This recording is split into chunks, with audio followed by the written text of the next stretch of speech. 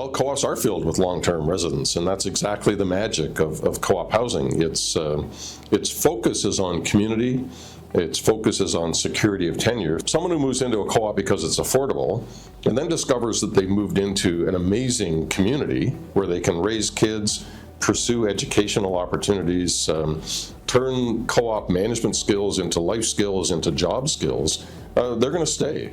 And co-ops do seem like a very scarce or unattainable goal for some people simply because there aren't enough of them.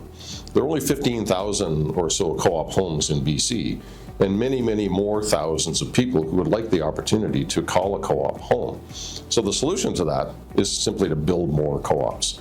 For the longest time, the population of co-op homes in BC, and for that matter across Canada, was pretty static.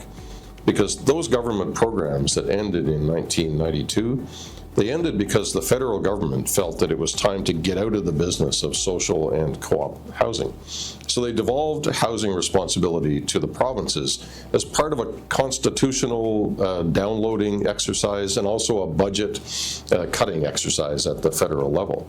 So what that produced was decades of inaction at the federal level on the housing front, and provinces and municipalities simply weren't equipped and didn't have the resources to pick up the slack and take the place of a federal government to put new co-op homes into the market.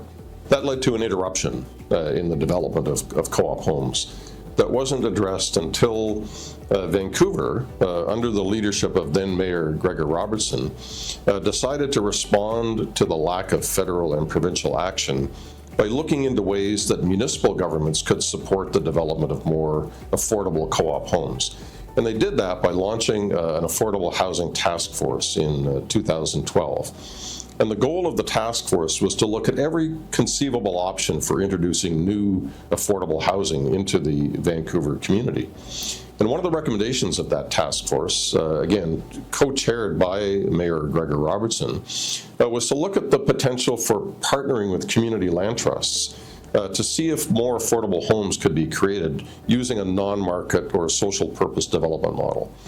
And that led in 2014 to the first 4 sites owned by the City of Vancouver, leased on a long-term basis to the Community Land Trust for 99 years, and developed 358 affordable homes. And while that sounds like a modest outcome for an initial investment, it was transformational at the time. No one had ever looked seriously at the question of how the community housing sector and its expertise in co-op and nonprofit housing could be paired with municipal assets and land to generate affordable homes that were affordable initially and then in perpetuity, as they were managed on a nonprofit portfolio basis by the Community Land Trust.